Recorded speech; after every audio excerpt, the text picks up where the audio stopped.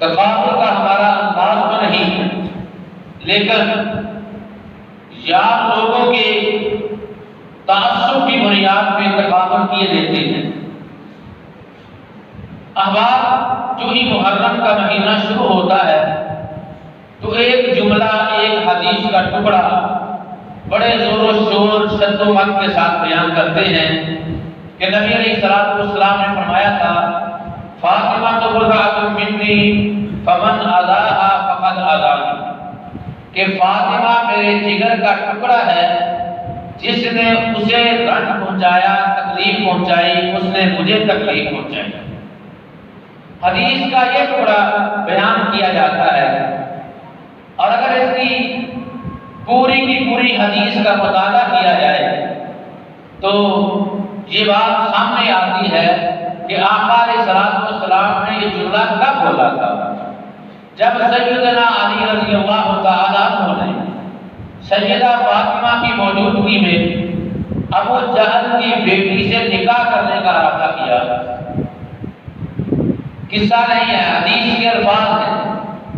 سیدنا علی رضی اللہ تعالیٰ عنہ نے ابو جہل کی بیٹی سے نکاح کرنے کا ارادہ کیا، اور جب یہ بات نبی کریم علیہ السلام تک پہنچی تو پیغمبر کائنات علیہ السلام نے فرمایا تھا کہ اللہ کے دشمن اور اللہ کے نبی کی بیٹیاں ایک آدمی کے نکاح میں جمع نہیں ہو سکتی۔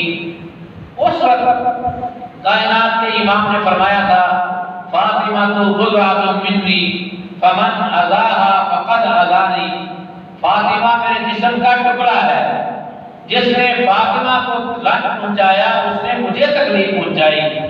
عزیزان گرامی قدر، ایک طرف سیدنا علی رضی اللہ تعالیٰ عنہ کا پیغمبر کائنات کے ساتھ اور آپ کی بیوی کے ساتھ اور پیغمبر کائنات علیہ السلام کا رویہ سیدنا علی کے ساتھ اس انداز کا ہے، اور دوسری طرف اسی پیغمبر کی دوسری بیٹی حضرت عثمان کے نکاح میں ہے، پہلی فوت ہو جاتی ہے، دوسری بھی نکاح میں ہے۔ 9 ہجری کو حضرت ام کلثوم رضی اللہ تعالی عنہ کا بھی انتقال ہو جاتا ہے، تو آقا علیہ السلام حضرت عثمان کے سر پہ دست شفقت رکھتے ہوئے فرماتے ہیں عثمان، اگر میں محمد کی 40 بیٹیاں بھی ہوتی تو ایک ایک کر کے میں تیرے نکاح میں دیا جاتا۔ کتنا سکون تھا پیغمبر کائنات علیہ السلام کو اپنے اس داماد حضرت عثمان رضی اللہ تعالیٰ عنہ کی طرف سے۔ تو خیر، معاشرے میں آدمی معاشرے میں بہتری کے لیے 2 طرح کا کردار ادا کر سکتا ہے، ذاتی طور پر اور مالی طور پر۔ ذاتی طور پر کردار کیا ہے کہ انسان کسی قسم کے فتنے کا شکار نہ ہو جائے، انسان کسی قسم کے پروپیگنڈے کا شکار نہ ہو جائے، کہ انسان کسی کی باتوں میں آ کے اپنے لیڈر کے خلاف بغاوت نہ کر دے۔ معاشرے میں انسان ذاتی طور پر معاشرے کی استحکام کے لیے یہ کردار ادا کرتا ہے، اور اگر اس بنیاد کو سامنے رکھ کر حضرت علی المرتضیٰ، حضرت عثمان بن عفان رضی اللہ تعالیٰ عنہ کی سیرت کا مطالعہ کیا جائے تو عہد مکی سے لے کر زمانہ خلافت سنبھالنے تک،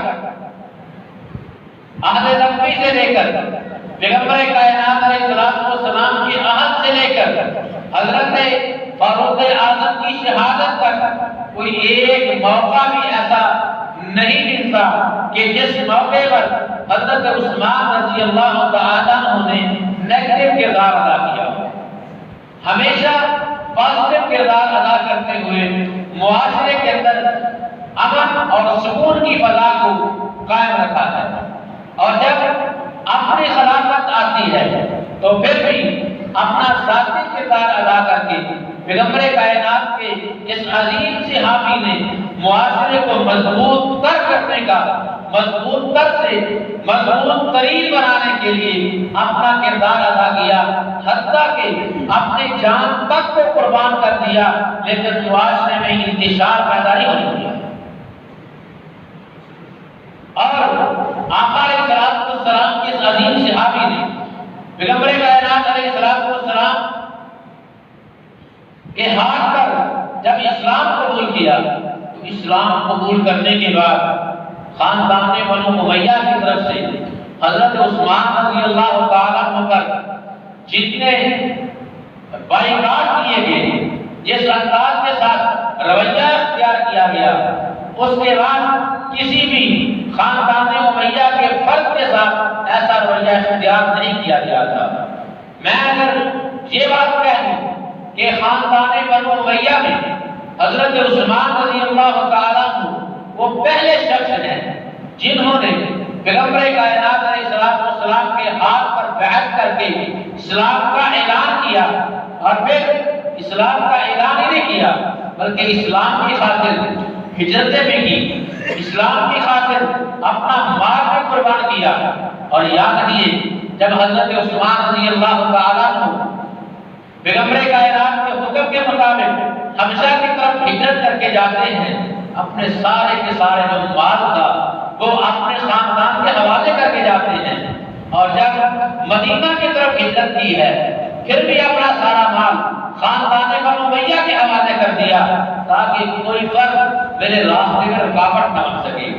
آقا علیہ السلام نے حدیبیہ کے موقع پر سیدنا عمر بن خطاب رضی اللہ تعالیٰ عنہ سے کہا تھا، اے عمر تم جا کر اہل مکہ کے ساتھ معاملات طے کرو، ان کے ساتھ جا کر اپنا مدعا بیان کرو کہ ہم یہاں لڑنے کے لیے نہیں بلکہ بیت اللہ کی زیارت کرنے کے لیے آئے ہیں۔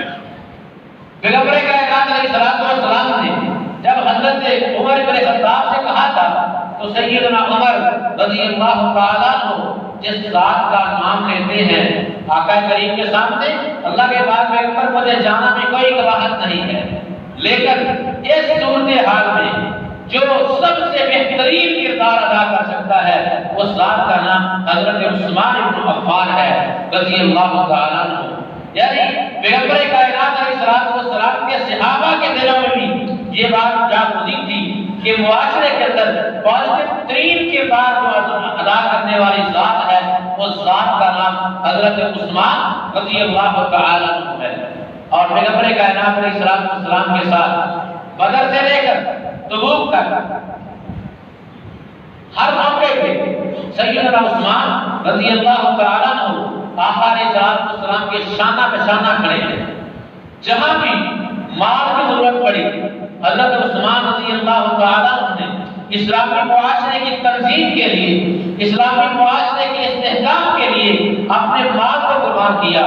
آئیے صرف 2-3 جھلکیاں لے کر اپنی بات کو آگے لے کر چلتا ہوں۔ صحیح البخاری کی حدیث ہے، آقا علیہ السلام جب مکہ مکرمہ کو چھوڑ کر مدینہ طیبہ تشریف لے جاتے ہیں، مسجد نبوی کی بنیاد رکھی جاتی ہے، مسجد نبوی بن جاتی ہے۔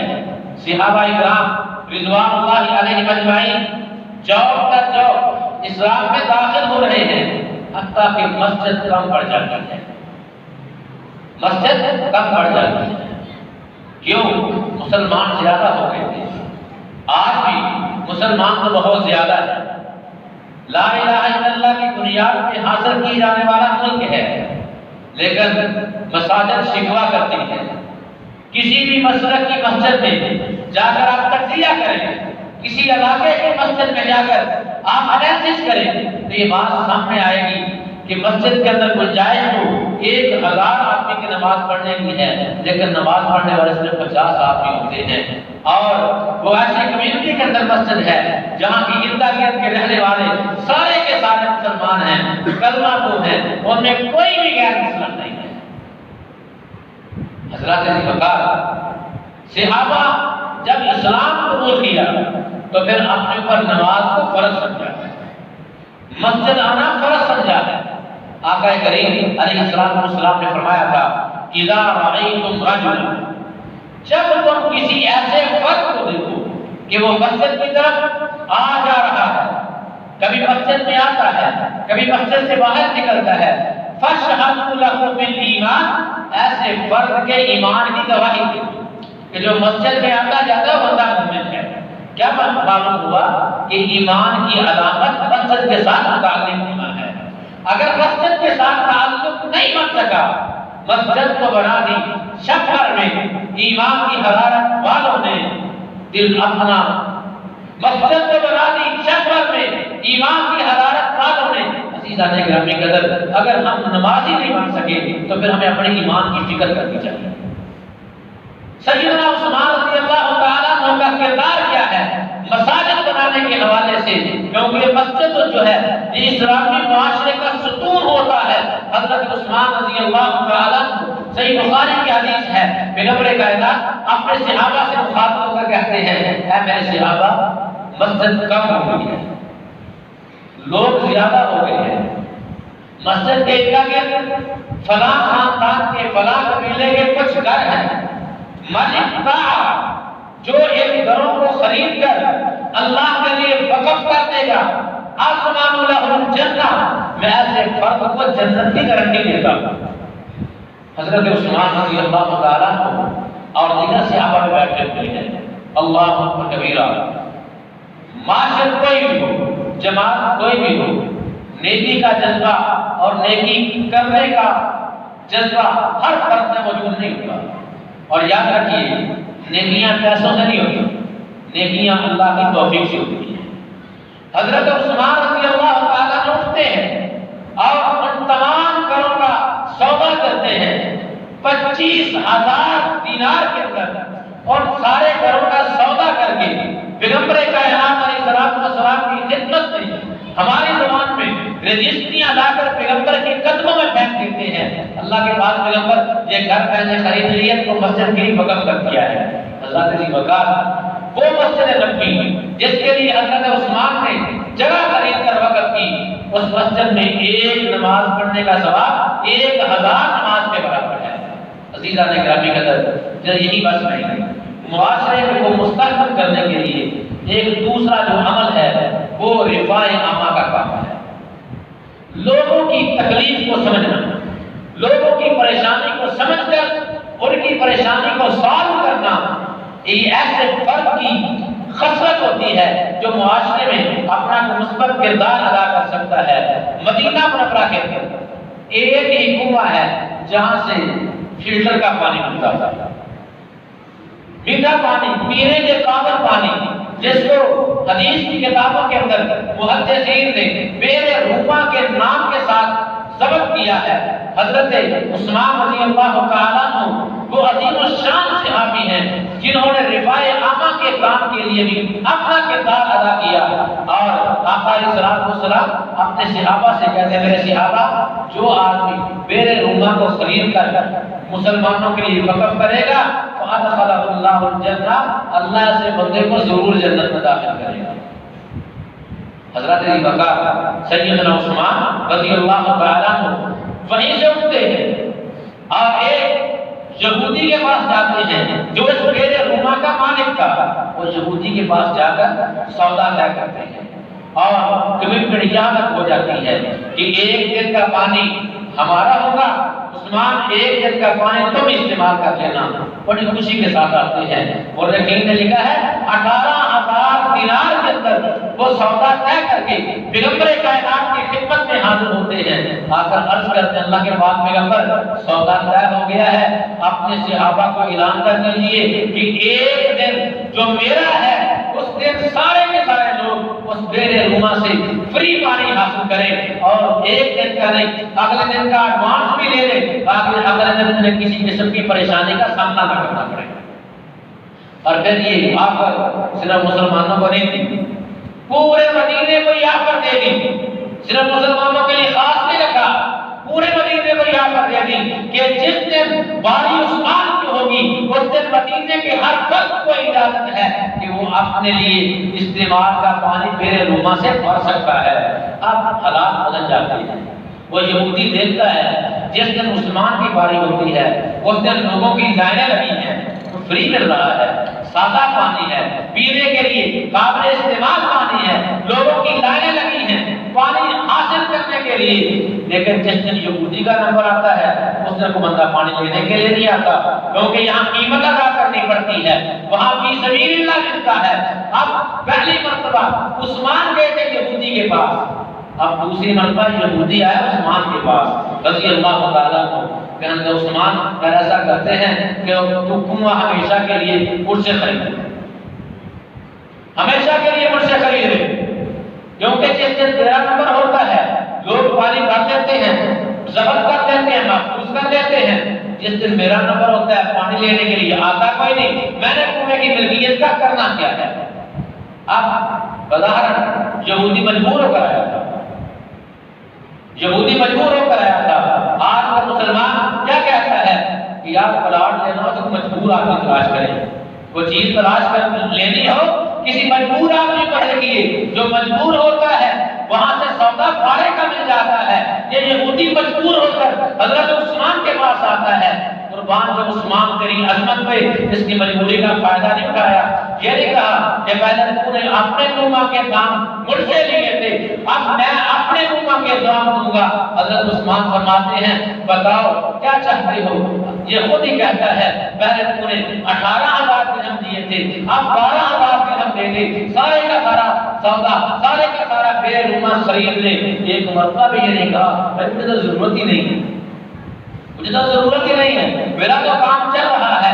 معاشرے میں ایک مثبت ترین فرد کی حیثیت سے حضرت عثمان رضی اللہ تعالیٰ عنہ نے دوسری بات بھی نہیں کی، 12,000 درہم اس یہودی کے حوالے کر کے پیغمبر کائنات علیہ السلام کو خوشخبری سناتے ہیں۔ اللہ کے پاک پیغمبر آج کے بعد کنواں ہمارا ہو گیا ہے، میں نے اس کو اللہ کے لیے وقف کر دیا ہے۔ حضرت جی وقار یہ ہے کردار جو ایک مسلمان کا ہونا چاہیے تھا، کسی کی مجبوری سے فائدہ نہیں اٹھانا ہے اور رفاع عامہ کے لیے اپنی جیب سے خرچ کر کے لوگوں میں تقسیم کرنا ہے۔ حضرت جی وقار اللہ اکبر کبیرہ، عہد نبوت مکمل ہو جاتا ہے۔ حضرت ابوبکر صدیق رضی اللہ تعالیٰ عنہ کا دور شروع ہوتا ہے۔ اسلامی معاشرے میں قرآن کو کلیدی حیثیت حاصل ہے، اسلامی معاشرے میں قرآن کو بنیادی حیثیت حاصل ہے۔ سیدنا ابوبکر صدیق کا جب عہد شروع ہوا تو کئی مخالفین نے سر اٹھائے، ان میں سے ایک فتنہ تھا ختم نبوت۔ ختم نبوت پہ ڈاکو جان پہ ان میں سے ایک ڈاکو تھا جس کا نام تھا مسیلمہ کذاب۔ اس نے پیغمبر کائنات کی حیات طیبہ کے اندر ہی نبوت کا دعویٰ کیا تھا، اور نبوت کا دعویٰ ویسے ہی تھا جیسا آج کے لوگ کرتے ہیں کہ آخری نبی تو حضرت محمد صلی اللہ علیہ وسلم ہی ہیں، لیکن ہمیں ان کا نائب بنایا گیا ہے، ذلی ہیں، ہمیں ان کی نیابت ملی ہے۔ مسلمہ کذاب نے نبوت کا دعویٰ کر دیا، پیغمبر کائنات دنیا سے چلے جاتے ہیں۔ حضرت ابوبکر صدیق رضی اللہ تعالیٰ عنہ نے مسلمہ کے خلاف یمامہ کے مقام پر بڑا ڈالا، جنگ لڑی، اس جنگ میں کثیر تعداد میں صحابہ کرام شہید ہوئے، اور ایسے صحابہ جو حافظ قرآن تھے، قاری قرآن تھے، حفاظ شہید ہو گئے۔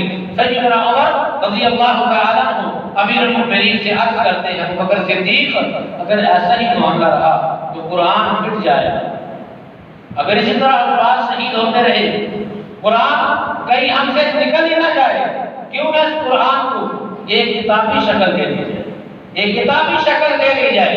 پہلے ابوبکر صدیق نہ مانے، سیدنا عمر بن خطاب کے بار بار اصرار سے حضرت ابوبکر صدیق ایگری ہو جاتے ہیں، اور جب ایگری ہوئے تو جو کیبنٹ بنائی قرآن کو جمع کرنے کے لیے، اس کیبنٹ کے ایک فرد کا نام حضرت عثمان بن عفان ہے رضی اللہ تعالیٰ عنہ، اور پھر یہی کابینہ جو ہے حضرت عثمان رضی اللہ تعالیٰ عنہ کے دور کے اندر انہوں نے ایسا کام کیا کہ پوری امت مسلمہ کو ایک قرار پر جمع کیا۔ حضرت علی وقار حضرت عثمان رضی اللہ تعالیٰ عنہ نے عہد نبوت میں بھی پیغمبر کائنات علیہ السلام آپ کی ازواج، آپ کی اہل بیت کا احترام کیا۔ جب پیغمبر کائنات دنیا سے تشریف لے گئے، صدیقی دور نکل جاتا ہے، دور فاروقی شروع ہوتا ہے، حضرت ابوبکر عمر بن خطاب کا دور شروع ہوا۔ ازواج مطہرات امیر المؤمنین کے پاس آتی ہیں، آ کر عرض کرتی ہیں امیر المؤمنین ہمیں بیت اللہ کا حج کرنا ہے، بیت اللہ کی زیارت کے لیے جانا ہے۔ سیدنا عمر بن خطاب فرماتے ہیں پہلے انکار کیا کہ آپ نہ جائیں، آپ کی مہربانی، لیکن ازواج مطہرات نے اصرار کیا۔ حضرت عمر بن خطاب رضی اللہ تعالیٰ عنہ صحابہ کے مجمع پہ اپنی نگاہ دلاتے ہیں کہ ان ازواج مطہرات کی حفاظت کے لیے کس شخص کو مأمور کیا جائے۔ حضرات صحابہ کرام رضوان اللہ علیہم اجمعین میں سے دو افراد کا انتخاب ہوا جو ازواج مطہرات کی حفاظت کے لیے اس قافلے کو لے کر چلے، اور میں سے ایک فرد کا نام حضرت عثمان بن عفان ہے رضی اللہ تعالیٰ عنہ، اور دوسرے کا نام ابو عبیدہ بن جراح ہے رضی اللہ تعالیٰ عنہ۔ عزیزان گرامی قدر، یہ ہے عثمان رضی اللہ تعالیٰ عنہ۔ حضرت علی وقار سیدنا ابوبکر صدیق کا جب دنیا سے جانے کا وقت قریب آیا، آقا علیہ الصلوۃ والسلام کا یہ جانشین زندگی اور موت کی کشمکش میں ہے۔ اللہ اکبر کبیرہ، سیدنا عثمان کو بلایا جاتا ہے۔ عثمان، میں وصیت لگانے لگا ہوں، وصیت نامہ لکھو۔ وصیت نامہ کیا لکھنا ہے کہ میرے بعد مومنوں کا خلیفہ اتنے جملے بولے خشی طاری ہو، میرے بعد مومنوں کا خلیفہ اتنے جملے لکھوائے غشی طاری کی بے ہوش ہو گئے۔ حضرت عثمان فرماتے ہیں میں نے اپنی طرف سے نام لکھ دیا عمر بن خطاب کو۔ تھوڑی دیر کے بعد ابوبکر صدیق کو ہوش آیا، کہا لاؤ کیا لکھا ہے؟ سیدنا عثمان نے وہ جملے، وہ فقرہ دکھایا کہ میں نے یہ جملہ مکمل کر دیا ہے۔ حضرت ابوبکر صدیق نکاح کے باوجود حضرت عثمان کے ماتھے میں بوسہ لیتے ہیں، کہتے ہیں عثمان تو نے میری پریشانی کو حل کر دیا، لیکن اگر اس جگہ پر تو اپنا نام بھی لکھ لیتا تو مجھے بھی کوئی اعتراض نہیں تھا۔ تو حضرت عثمان فرماتے ہیں امیر المؤمنین، میں ہر حال میں عمر کو اپنے سے بہتر سمجھتا ہوں۔ وَيُؤْثِرُونَ عَلَىٰ أَنفُسِهِمْ وَلَوْ كَانَ بِهِمْ خَصَاصَةٌ کی مثالی تعبیر بنا کر حضرت عثمان بن عفان رضی اللہ تعالیٰ عنہ نے امت کے نام پیغام دیا ہے۔ اگر تم معاشرے کو مستحکم دیکھنا چاہتے ہو، معاشرے کو مضبوط ترین دیکھنا چاہتے ہو، پھر اپنے پیڑ پہ ہاتھ نہ پھیرو، لوگوں کو دیکھو لوگ کیا کر رہے ہیں۔ جو جس کا اہل ہے اسے وہ اس کا منصب دیا جائے، اپنے پیڑ پہ ہاتھ پھیرتے ہوئے ہر چیز کو اپنے لیے ہی خاص نہ کر لیا جائے۔ یہ ایک بہترین مثال حضرت عثمان ابن عفان رضی اللہ تعالیٰ عنہ نے پیش کی۔ اب وقت گزرتا جا رہا ہے، حضرت عمر بن خطاب بھی شہید ہو جاتے ہیں، خلافت مل جاتی ہے۔ حضرت عبد الرحمن بن عوف رضی اللہ تعالیٰ عنہ حضرت عثمان بن عفان کو خلیفہ منتخب کرنے کا اعلان کرتے ہیں۔ مکمل ڈیٹیل کی ضرورت نہیں ہے، صرف اشارتاً بات کر رہا ہوں۔ حضرت عبد الرحمن بن عوف نے حضرت عثمان بن عفان کو خلیفہ ڈکلیئر کر دیا کہ آج کے بعد مسلمانوں کا خلیفہ حضرت عثمان بن عفان ہوں گے، اور ساتھ جملے ارشاد فرمائے مبایعک علی سنت اللہ ورسولہ وسنت الخلیفتین العظیمتین۔ عثمان رضی اللہ تعالیٰ عنہ، میں آپ کے ہاتھ پہ بیعت اس لیے کر رہا ہوں کہ تمہارے خلافت اللہ اس کے رسول کے احکامات کے مطابق ہوگی اور پہلے دونوں خلفاء کے طریقے کے مطابق ہوگی۔ حضرت عثمان نے اس بیعت کو قبول کیا اور پھر اپنی زندگی کی جو خلافت کی زندگی ہے، اس خلافت کی زندگی میں ہر وہ کام، ہر اس کام کو ختم کرنے کی کوشش کی ہے جو اللہ اس کے رسول کے فرمودات کے خلاف تھا۔ دو مثالیں عرض کر کے اپنی بات کو مکمل کرتا ہوں۔ حضرت عثمان رضی اللہ تعالیٰ نے اعلان کر دیا کہ آج کے بعد میری سلطنت میں کوئی آدمی شراب نہیں پیے گا، جس نے شراب پی اس کے گھر کو آگ لگا کے جلا دیا جائے گا۔ حضرت عثمان نے سخت ترین حکم جاری کیا کہ جس گھر سے مزامیر کی آواز آئے گی، گانے بجانے کی آواز آئے گی، ایسے گھر کو بھی آگ لگا کے جلا دیا جائے گا۔ کیوں؟ کیونکہ میں نے جب زمام خلافت سنبھالی تھی، میں نے اس بات پہ عہد دیا تھا کہ ایسی حکومت بناؤں گا، ایسی خلافت چلاؤں گا جو خلافت اللہ اس کے رسول کے فرمودات کے برابر ہوگا۔ تو عزیزہ نے گرامی قدر حضرت عثمان رضی اللہ تعالیٰ عنہ نے ہر برائی کو ختم کرنے کے لیے اپنا کردار ادا کیا. یہی بہترین کردار ہوتا ہے, یہی بہترین انداز ہوتا ہے معاشرے کو مستحکم کرنے کا, اپنی جیب سے مال خرچ کیا جائے, رفاع عامہ کے کام کیے جائے, لوگوں کو اپنے پر ترجیح دی جائے, جو کسی کا اہل ہو اسے وہی منصب دیا جائے, کسی بھی انداز میں حکومت کے خلاف آواز نہ اٹھائی جائے, حکومت کی باتوں کو تسلیم کیا جائے, اور ایک ایماندار فرد کی حیثیت سے, ایک ایماندار فرد کی حیثیت سے معاشرے کا جزو بنا جائے. جب ہم میں سے ہر فرد ایسا بننے کی کوشش کرے گا تو ہمارا معاشرہ بھی مستحکم ہو سکتا ہے. اللہ رحیم کریم ہمیں قرآن و سنت کا فہم عطا فرمائے. سبحان ربک رب العزۃ عما یصفون وسلام علی المرسلین والحمد للہ رب العالمین.